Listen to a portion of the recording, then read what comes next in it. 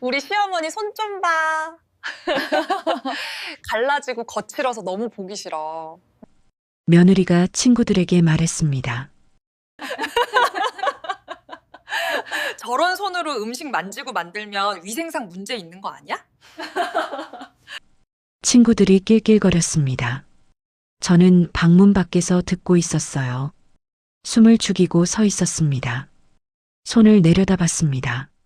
40년간 생선을 다듬고 칼에 베이고 얼음물에 담가서 갈라진 손이었습니다. 그 손으로 SJ마트 52개 지점을 만들었습니다. 블루힐 호텔도 인수했습니다. 하지만 며느리는 몰랐습니다. 아직은요. 오늘은 제 칠순 생일이었습니다.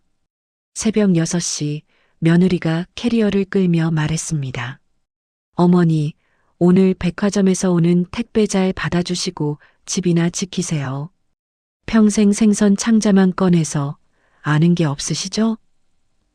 수진아, 오늘이 내 생일인데 같이 밥이라도. 생신이요. 매년 돌아오는 거잖아요. 뭐가 대수라고. 배달 음식 시켜 드시거나 어머니 좋아하시는 라면 드세요. 저희는 오션뷰 스위트룸 예약해서 빨리 가야 해요. 현관문이 쾅 닫혔습니다. 저는 현관에 서서 한참을 움직이지 못했어요. 3년을 참았습니다. 가족이니까요. 근데 칠순날 라면 먹으라고요. 저는 떨리는 손으로 전화를 걸었습니다. 박전무 나야. 이수진 이름 호텔 예약권 취소시켜. 도대체 3년간 무슨 일이 있었던 걸까요?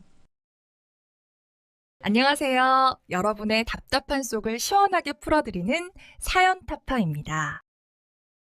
오늘도 가슴에 맺힌 응어리 제가 말끔하게 씻어드릴게요. 보내주시는 구독과 좋아요는 영상 제작에 정말 큰 힘이 됩니다.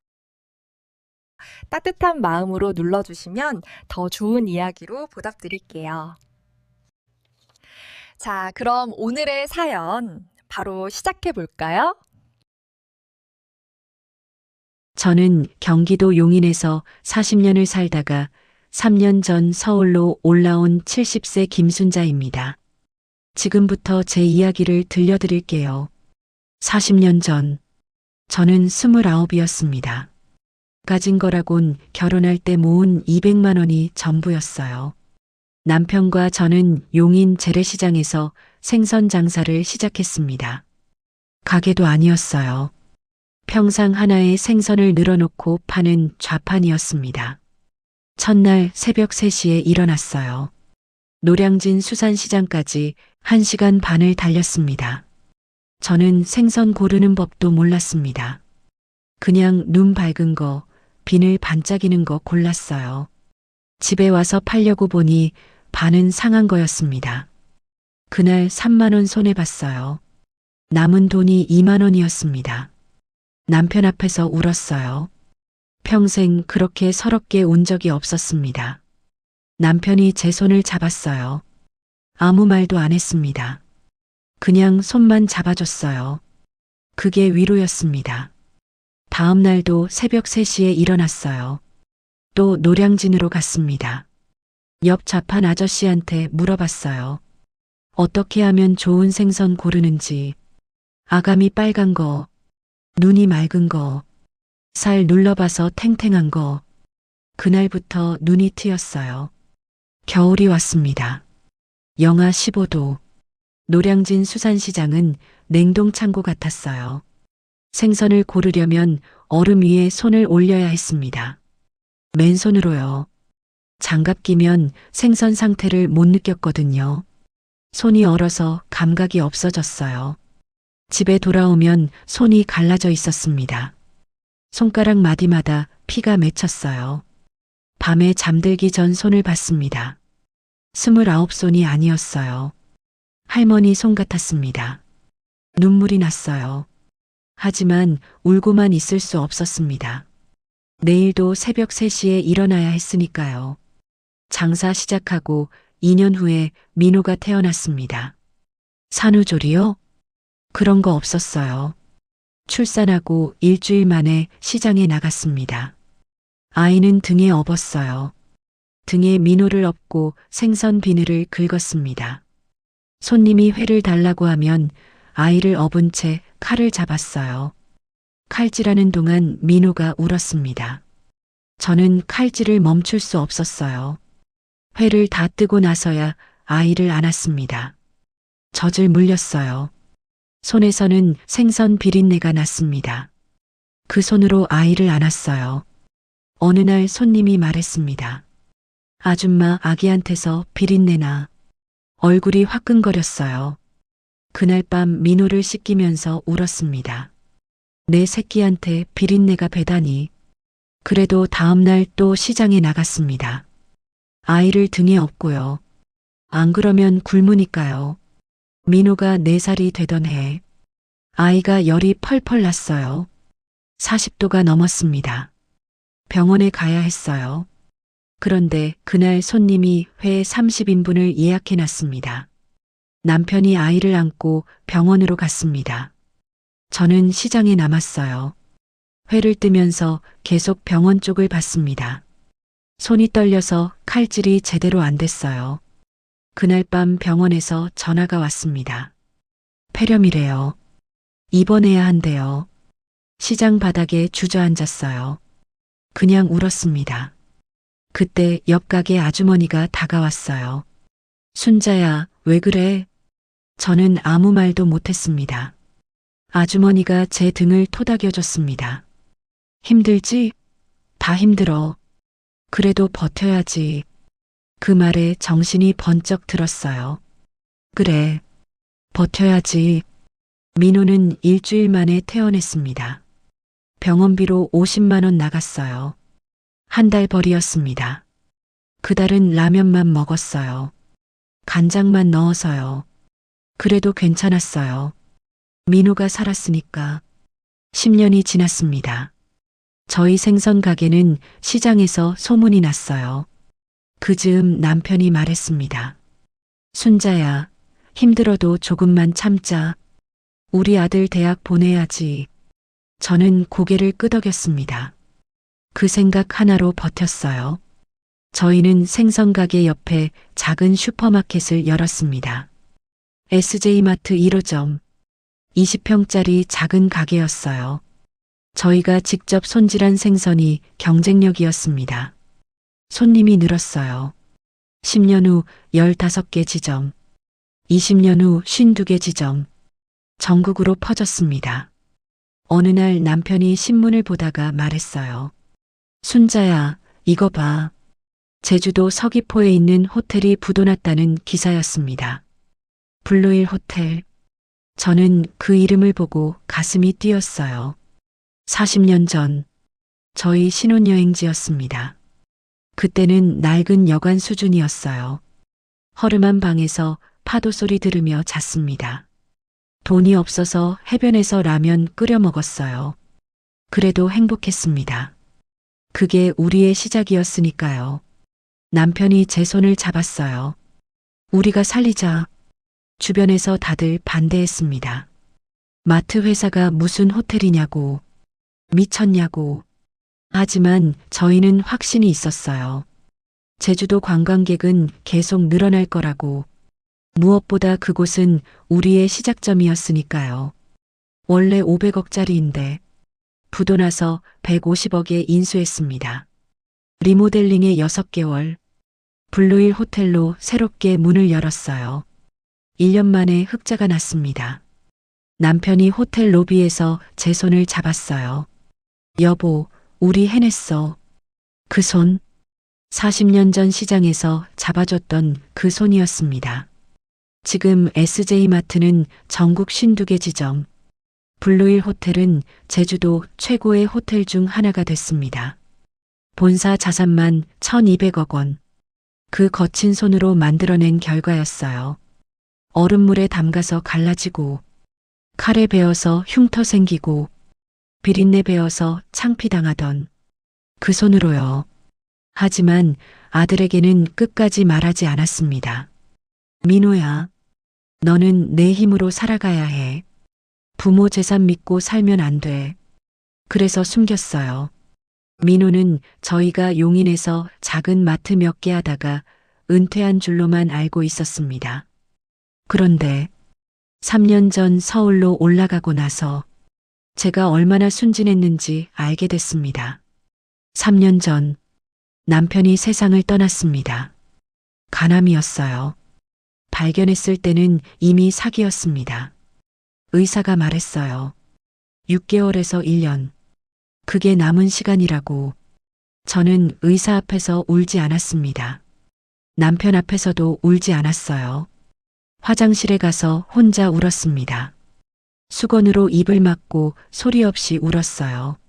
남편은 모르게, 마지막까지 모르게. 남편은 8개월을 버텼습니다. 마지막 날, 남편이 제 손을 잡았어요. 40년 전 시장에서 잡아줬던 그 손. 블루힐 호텔 로비에서 잡았던 그 손. 이번에도 남편이 먼저 손을 잡았습니다. 순자야. 응. 고마웠어. 뭐가? 다. 그게 마지막이었어요. 남편은 눈을 감았습니다. 저는 그 손을 놓지 못했어요.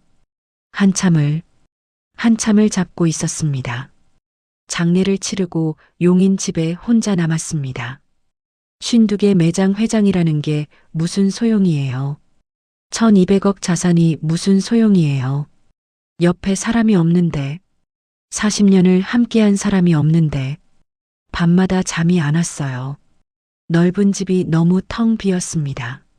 남편이 앉던 소파, 남편이 쓰던 컵, 남편이 보던 TV 채널, 다 그대로인데 남편만 없었어요. 어느 날 밤, 새벽 2시에 눈이 떠졌습니다. 옆을 봤어요. 아무도 없었습니다. 40년 동안 옆에 있던 사람이 없었어요. 그날 밤 펑펑 울었습니다. 평생 그렇게 운 적이 없었어요. 시장에서 3만 원 손해봤을 때보다, 민호가 폐렴으로 입원했을 때보다 더 서럽게 울었습니다. 아들 민호에게 전화를 걸었어요. 민호야. 엄마 왜요? 무슨 일이에요? 아니, 그냥 엄마 울어요? 아니야. 울고 있었습니다. 민호가 말했어요. 엄마 서울로 올라와요. 저희 집에서 같이 살아요. 그래도 되겠니? 당연하죠. 수진이한테도 말할게요. 저는 전화를 끊고 한참을 앉아 있었어요. 서울. 아들 옆에서 지내면 덜 외로울까? 며느리 얼굴도 자주 보고 가족의 온기를 느끼며 살 수 있을까? 그 생각에 마음이 따뜻해졌습니다. 서울 강남. 아들 집에 도착한 날, 롯데월드 타워가 보이는 아파트였습니다. 현관문이 열리고 며느리가 나왔어요. 수진이. 결혼식 때 본 이후로 5년 만이었습니다. 어머니 오셨어요? 웃고 있었어요. 하지만 눈은 웃지 않았습니다. 처음 느낀 이상한 기운이었어요. 그때는 그냥 넘겼습니다. 서먹한 거겠지. 시간이 지나면 괜찮아지겠지. 어머니 방은 여기예요. 며느리가 안내한 방. 다용도실 옆 작은 방이었습니다. 창문이 없었어요. 다른 방들은 넓고 햇빛이 잘 드는데 제 방만 좁고 어두웠습니다. 하지만 저는 아무 말도 하지 않았어요. 아들 집에 얹혀 사는데 뭐라고 하겠어요. 그냥 감사하다고 했습니다. 첫날 밤, 방에 누워 천장을 봤어요. 창문이 없으니 캄캄했습니다. 용인 집에서는 밤에도 달빛이 들어왔는데 여기는 아무것도 안 보였어요. 그래도 괜찮다고 생각했습니다. 가족 옆이니까, 외롭지 않으니까. 그런데 그날 밤, 며느리의 목소리가 들렸어요. 방문 너머로. 오빠, 어머니 왜 갑자기 오신 거예요? 아들의 작은 목소리가 들렸습니다. 수진아, 엄마가 외로우셔서 그래. 이해해줘. 외로우면 용인에서 친구들이랑 지내시지. 왜 여기까지 와요? 수진아, 우리 엄마야. 알았어요. 근데 평생 생선 장사하시던 분이랑 같이 살려니까 좀 가슴이 철렁 내려앉았어요. 며느리의 진짜 속마음이었습니다. 저는 이불을 뒤집어 쓰고 눈을 감았어요. 참자. 가족인데 내가 참으면 되는 거야. 첫 번째 명절이 다가왔습니다. 추석이었어요. 저는 은근히 기대했습니다. 가족들이랑 같이 차례 지내고 송편도 빚고 명절 음식도 만들고 그런 그림을 그렸어요. 추석 일주일 전 며느리가 말했습니다. 어머니는 여행 안 가보셨으니까 집에서 편히 쉬세요. 저희끼리 다녀올게요. 여행? 네. 친정 식구들이랑 속초 가기로 했어요. 추석인데? 요즘 누가 추석에 차례 지내요. 다들 여행 가요. 저는 아무 말도 못했습니다.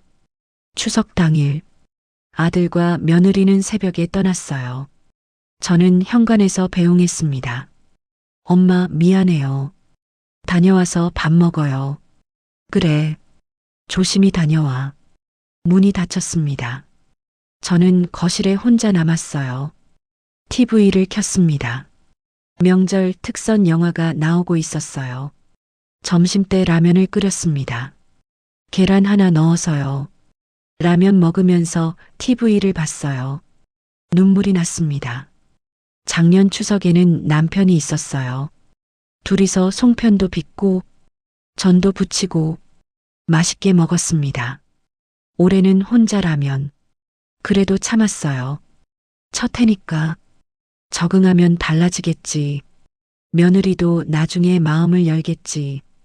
그렇게 생각했습니다. 설날. 이번에도 마찬가지였어요. 며느리네 친정 식구들은 부산으로 여행을 갔습니다. 저는 또 혼자 남았어요. 이번에는 이유가 달랐습니다. 며느리가 아들에게 한 말을 들었어요. 오빠 어머니 생선 비린내 때문에 같이 차에 못 타겠어. 옷에 냄새 배면 어떡해. 생선 비린내. 저는 손을 코에 가져다 댔어요. 냄새를 맡아봤습니다. 아무 냄새도 안 났어요. 10년 전에 현장에서 손 뗐는데 무슨 비린내가 나요? 그냥 핑계였습니다. 저를 안 데려가려고 하는 핑계. 가슴이 찢어지는 것 같았어요. 그래도 참았습니다. 가족인데 내가 참으면 민호가 편하니까. 2년차 추석. 이번에도 혼자 남았어요. 며느리가 떠나기 전에 말했습니다. 어머니, 택배 오면 받아두세요. 택배? 네. 백화점에서 주문한 거예요. 저희 없는 동안 집 잘 지키시고요. 집 지키라는 말. 마치 개한테 하는 말 같았어요. 그래도 참았습니다. 설날도 마찬가지였어요. 추석도 마찬가지였어요. 3년 동안 명절이 6번 지나갔습니다. 저는 6번 다 혼자였어요. 집 지키는 개처럼 택배 받고 화분에 물 주고 TV 보면서 라면 먹고 혼자 명절을 보냈습니다. 명절만 그런 게 아니었어요. 평소에도 며느리는 저를 무시했습니다. 어느 날 오후 며느리가 쇼핑백을 잔뜩 들고 왔어요. 어머니, 저 왔어요. 거실 소파에 쇼핑백을 던지듯 놓았습니다. 명품 쇼핑백이었어요. 수진아, 많이 샀네. 네. 백화점 세일이라서요. 며느리가 쇼핑백에서 가방을 꺼냈습니다. 이거 보세요, 어머니. 샤넬 클래식백. 1200만 원이에요. 어머니는 평생 이런 거 못 들어보셨죠? 1200만 원. 저는 그 돈이면 직원 4명 월급이라고 생각했어요. 하지만 아무 말도 안 했습니다. 며느리는 매달 카드로 600만 원씩 썼어요. 명품 백, 명품 옷, 명품 신발, 옷장이 명품으로 가득 찼습니다. 어느 날 며느리가 물었어요. 어머니는 용돈 얼마나 받으세요? 나? 네. 오빠한테 용돈 받으시잖아요. 아니, 안 받아. 진짜요. 그럼 돈이 없으시겠네요. 저는 대답하지 않았습니다. 며느리가 웃었어요. 그럼 더더욱 집에서 얌전히 계셔야죠. 돈도 없으시면서 나가서 뭐 하시게요? 가슴이 답답했어요. 제 통장에 수백억 원이 있다는 걸 며느리는 꿈에도 몰랐습니다. 그냥 가난한 시어머니라고 무시해도 되는 사람이라고 생각했습니다. 어느 날 아침 며느리가 침대에 누운 채로 소리쳤어요. 어머니, 커피 좀 타다 주세요. 저는 커피를 탔습니다. 며느리 방으로 가져갔어요. 어머니, 커피에 설탕을 넣으시면 어떡해요? 다시 가져가서 커피를 탔습니다. 이제 됐네요. 나가보세요. 저는 방을 나왔어요. 거실에 서서 멍하니 있었습니다. 내가 지금 뭘 하고 있는 거지? 며느리한테 커피 심부름을 하고 있었습니다. 그래도 참았어요. 가족인데 내가 참으면 되는 거니까. 어느 날 오후 며느리 친구들이 집에 놀러 왔습니다. 3명이었어요. 다들 명품 가방을 들고 있었습니다. 저는 방에 있다가 화장실을 가려고 거실을 지나갔어요. 지혜야, 저분은 누구야? 아, 우리 시어머니. 어머, 시어머니시구나. 안녕하세요. 저도 어색하게 인사를 했습니다. 화장실 문을 닫았어요. 그런데 거실에서 소리가 들렸습니다. 며느리 목소리였어요. 우리 시어머니 용인 재래시장에서 평생 생선 내장 꺼내시다 오셨어. 친구들이 낄낄거렸어요. 진짜? 생선 장수? 손 봤어? 갈라지고 거칠어서 흉해.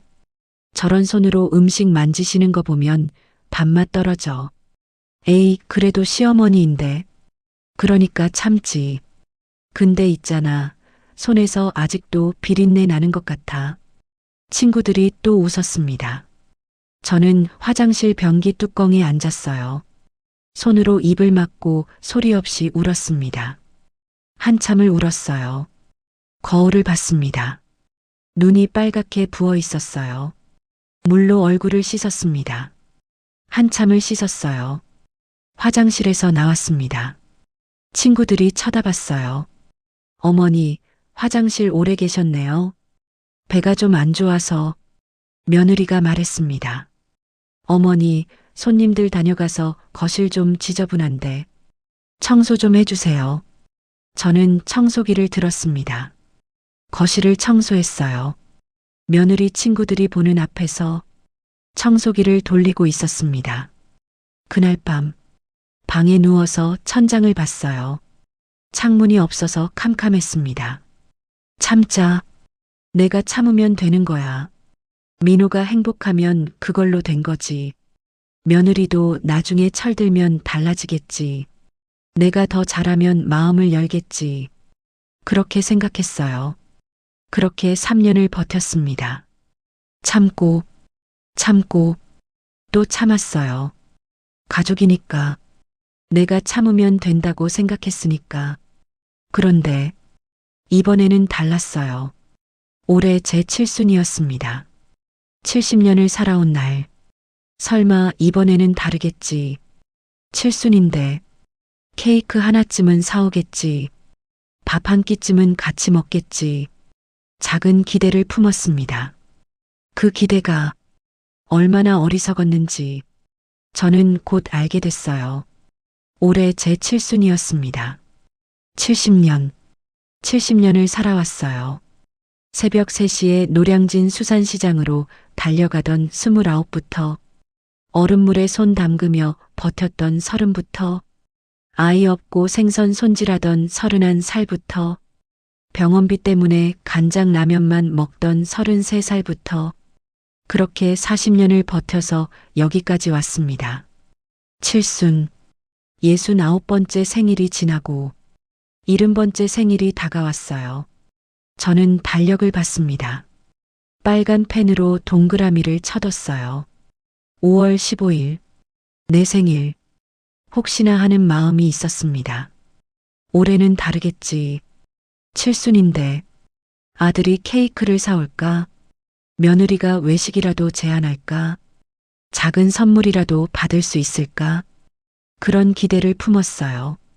생일 일주일 전, 저는 은근슬쩍 말을 꺼냈습니다. 저녁 식사 시간이었어요. 민호야, 다음 주에 엄마 생일이야. 아, 그래요.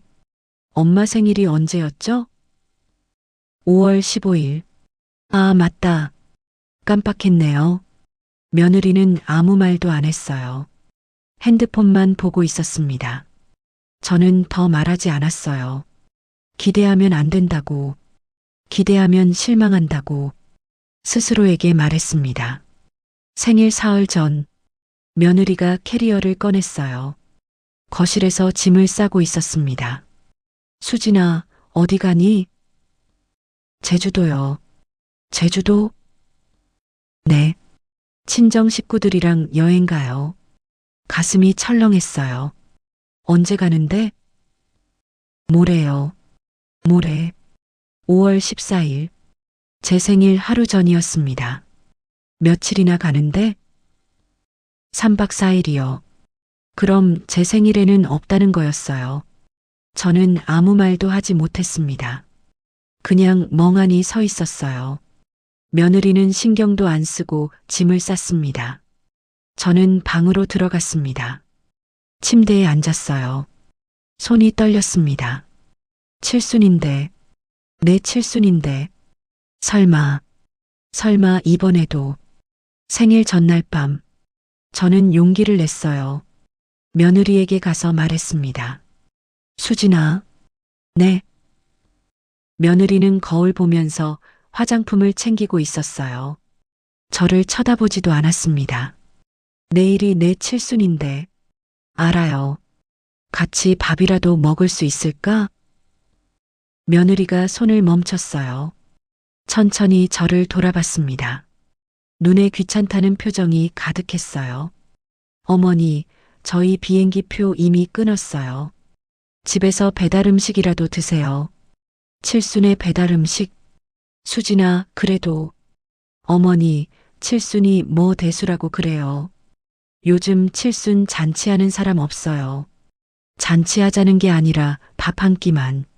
어머니, 며느리가 한숨을 쉬었어요. 짜증이 가득한 한숨이었습니다. 저희 블루힐 스위트룸 잡았어요. 1박에 100만 원짜리예요.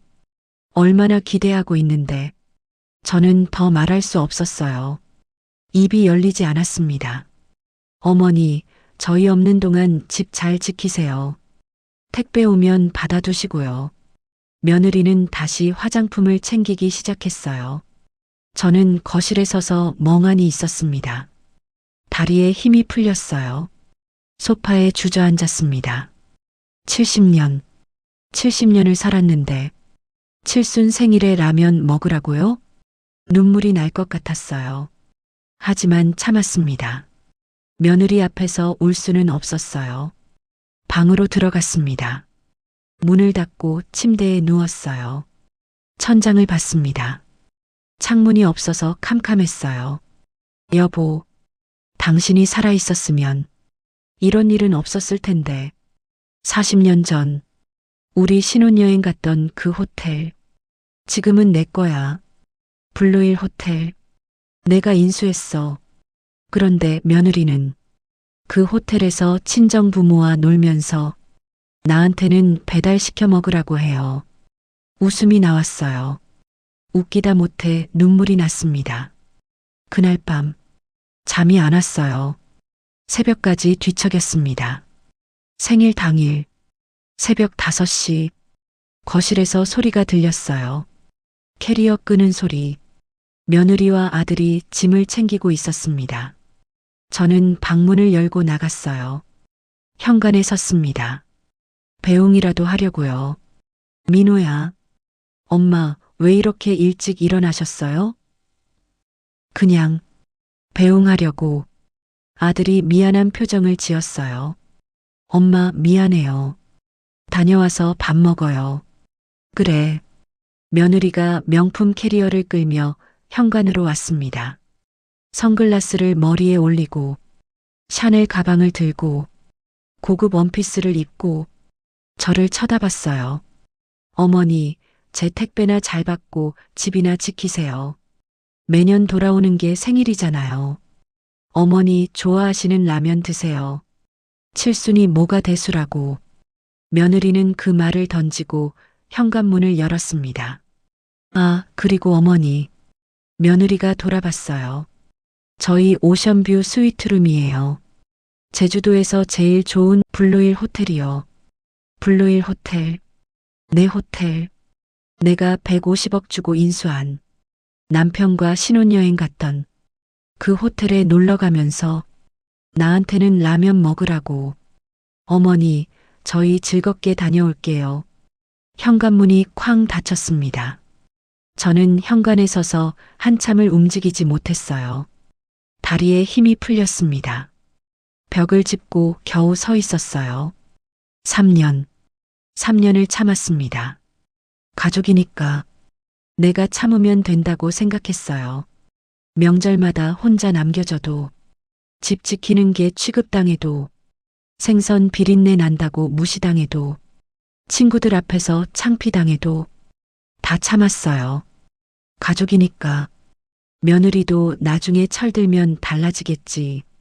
내가 더 잘하면 마음을 열겠지. 그렇게 생각했습니다. 근데 칠순이에요. 70년을 살아온 날이에요. 새벽 3시에 일어나서 노량진 달려가고 얼음물에 손 담가서 갈라지고 아이 없고 생선 팔고 40년 동안 뼈 빠지게 일했어요. 그런데 이건 너무하잖아요. 저는 현관에 주저앉았습니다. 눈물이 쏟아졌어요. 40년 만에 이렇게 울었습니다. 남편 죽었을 때도 이렇게 안 울었어요. 근데 오늘은 멈출 수가 없었습니다. 한참을 울었어요. 그러다 고개를 들었습니다. 눈물을 닦았어요. 손이 떨렸습니다. 하지만 이번에는 슬픔의 떨림이 아니었어요. 분노였습니다. 차가운 분노. 3년 동안 꾹꾹 눌러왔던 그 분노가 터져 나왔어요. 저는 일어났습니다. 부엌으로 갔어요. 라면을 꺼냈습니다. 물을 끓이려다가 멈췄어요. 싱크대에 손을 짚었습니다. 거친 손, 갈라진 손, 이 손으로 1200억을 만들었어요. 근데 왜 내가 이런 대접을 받아야 해? 저는 라면을 내려놓았습니다. 핸드폰을 꺼냈어요. 떨리는 손으로 전화를 걸었습니다. 박전무. 네, 회장님.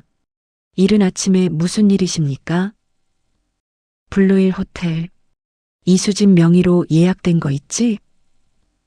잠시만요. 네, 스위트룸 3박 예약되어 있습니다. 취소시켜. 네. 당장 취소시켜. 회장님, 그러시면 손님이. 전화를 끊었습니다. 손이 떨렸어요. 하지만 마음은 차갑게 가라앉았습니다. 3년 동안 참았어요. 이제 그만 참을 거예요.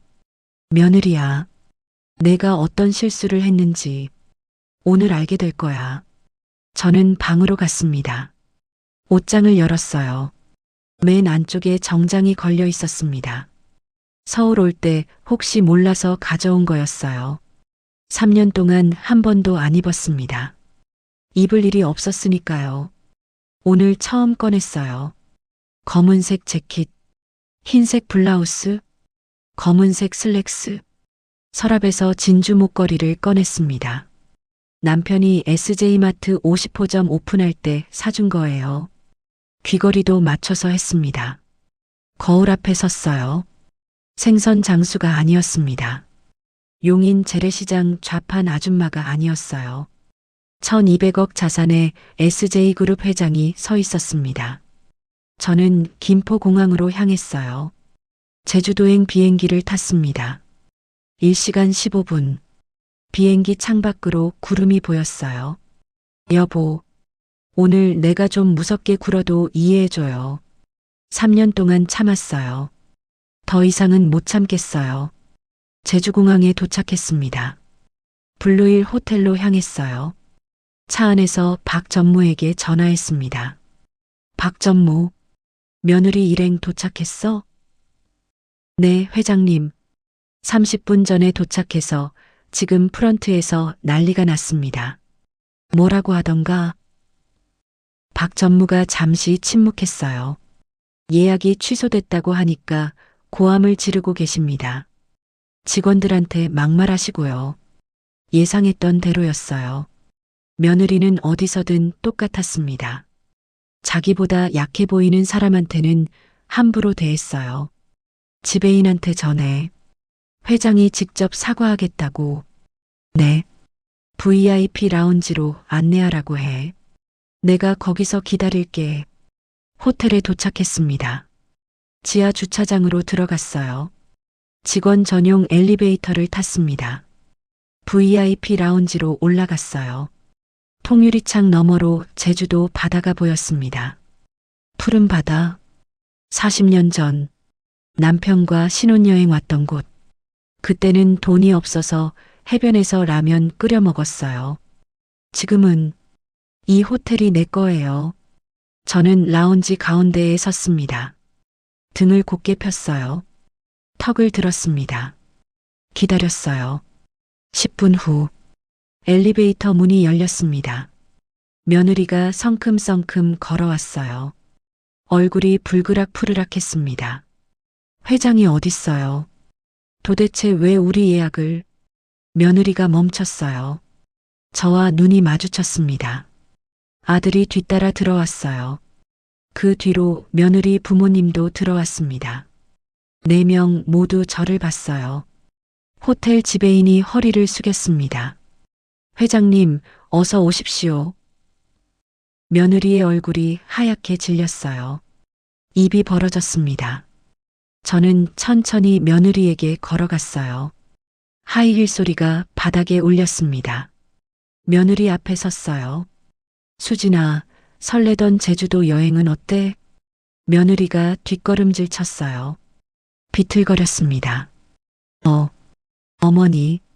어머니가 왜 여기서? 저는 창밖을 가리켰어요. 오션뷰. 제주도 바다가 한눈에 보였습니다. 이 호텔 주인이 누군지 알아? 나야. 며느리의 눈이 휘둥그레졌어요. 고개를 저었습니다. 아니, 그게 무슨. 평생 생선 창자나 꺼내던 그 시어머니가 이 호텔 주인이야. 며느리의 다리가 풀렸어요. 바닥에 주저앉았습니다. 아들이 달려왔어요. 엄마가 진짜 이 호텔 회장이에요? 저는 아들을 봤습니다. 그래. 왜 말 안 하셨어요?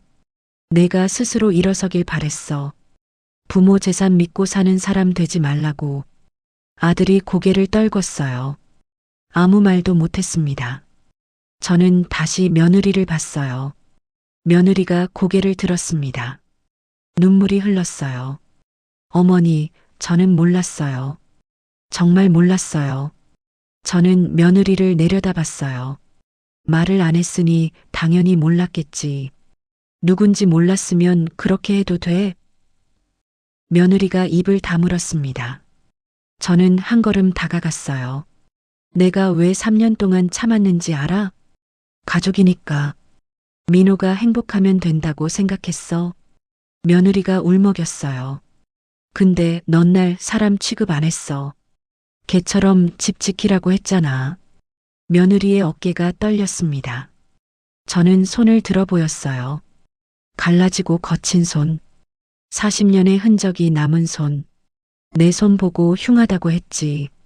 이 손으로 이 호텔이랑 SJ 말을 만들었어. 며느리가 고개를 떨궜어요. 바닥만 봤습니다. 저는 목소리를 높였어요. 명절마다 혼자 두고 여행 가고 택배 받으라고 했지. 며느리가 울기 시작했어요. 비린내 난다고 차에도 안 태웠지. 그 비린내 나는 손으로 1200억을 만들었어. 며느리가 바닥에 엎드렸습니다. 이마가 바닥에 닿았어요. 어머니, 제가 잘못했어요. 제발 용서해 주세요. 저는 대답하지 않았어요. 가방에서 앞치마를 꺼냈습니다. SJ마트 로고가 박힌 직원용 앞치마였어요. 며느리 앞에 던졌습니다. 입어. 오늘부터 넌 캐셔야. 며느리가 고개를 들었어요. 눈이 커졌습니다. 그렇게 무시하고 깔보는 마트 직원으로 일하면서 다시 다 배워. 생선 손질도 직접 하고. 며느리가 고개를 저었어요. 어머니, 그건 손님한테 허리 숙여 인사하고 무거운 짐 날라주고 하루 종일 서서 일해봐. 며느리가 울먹였어요. 저는 못해요. 저는 차갑게 말했어요. 3개월 동안 일해. 그러면서 사람 대하는 법 배워. 며느리가 말을 잇지 못했습니다. 그때 친정엄마가 달려왔어요. 사돈, 이건 너무 하신 거 아니에요. 우리 딸이 무슨 캐셔를. 저는 친정엄마를 똑바로 쳐다봤어요. 사돈, 따님이 3년간 저한테 뭐라고 했는지 아세요? 친구들한테 생선 내장 뒤지다 온 시어머니라고 했어요. 친정어머니의 얼굴이 굳었어요. 칠순날 좋아하는 라면 먹으라고 했어요. 집이나 지키라고 했어요. 친정어머니가 입을 다물었습니다. 그래도 우리 딸이 캐셔를 어떻게 해? 저는 웃었어요. 차가운 웃음이었습니다. 캐셔가 창피해요? 저는 40년 동안 생선 창자 꺼내면서 이 호텔 샀어요. 친정어머니가 뒷걸음질 쳤어요. 친정아버지는 아무 말도 못했습니다. 그냥 서 있었어요. 며느리가 기어와서 제 다리를 잡았어요. 어머니, 무릎 꿇을게요. 제발이요. 저는 며느리를 내려다봤습니다. 용서는 내가 진짜 뉘우칠 때 해줄게. 입으로만 미안하다고 하지 말고. 며느리가 울부짖었어요. 저는 뒤돌아섰습니다. 지배인에게 말했어요. 서귀포 SJ마트 스토어에 연락해. 신입 직원 1명 간다고. 알겠습니다, 회장님. 저는 며느리를 다시 봤어요. 내일 아침 9시까지 매장으로 와. 출근이야. 며느리가 바닥에 엎드린 채 울었어요. 아들이 저에게 다가왔습니다. 엄마, 민호야. 내 아내가 나한테 어떻게 했는지 봤지? 아들이 고개를 떨궜어요. 넌 다 알면서 눈 감은 거잖아. 아들이 아무 말도 못했습니다. 내 아내가 3개월 동안 일하는 거 지켜봐. 그게 내 벌이야. 저는 VIP 라운지를 나섰어요. 엘리베이터를 탔습니다. 1층으로 내려갔어요. 호텔 로비를 지나 밖으로 나왔습니다. 제주도 바람이 불었어요. 햇살이 따뜻했습니다. 저는 하늘을 올려다봤어요. 여보, 나 잘했지. 바람이 머리카락을 스쳤어요. 마치 남편이 대답하는 것 같았습니다. 잘했어, 순자야. 당당하게 살아.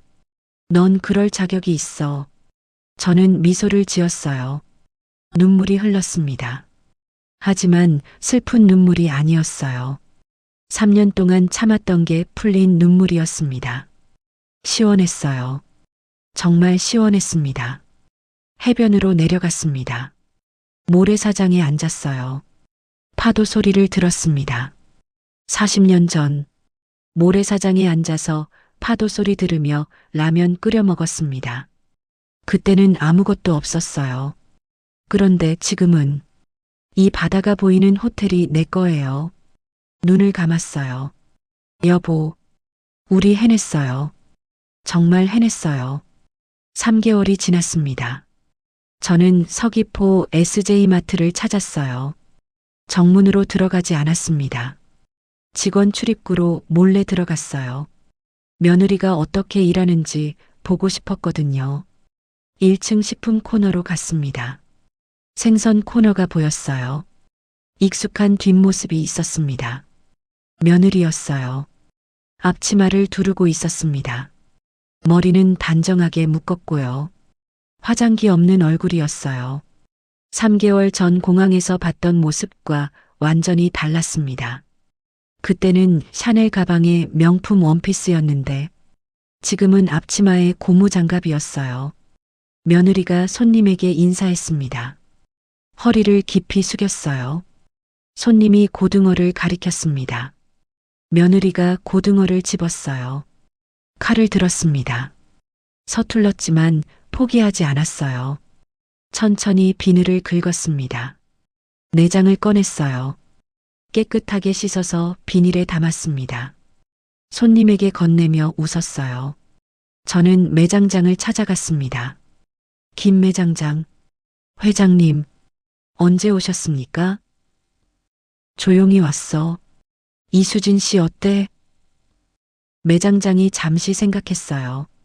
솔직히 말씀드릴까요? 그래. 처음 2주는 진짜 힘들어 하셨어요. 캐셔로 계산대 서는데 하루 종일 울기만 하셨습니다. 예상했던 대로였어요. 손님한테 인사도 제대로 못했다고 합니다. 거스름 돈 계산도 자주 틀렸고요. 하루에 서너 번씩 화장실에서 울었대요. 저는 고개를 끄덕였습니다. 그런데 한 달쯤 지나니까 달라지시더라고요. 먼저 인사하기 시작했대요. 무거운 짐도 손님 차까지 들여다 드리고요. 2개월 차에는 매장 정리와 재고 관리도 배웠다고 합니다.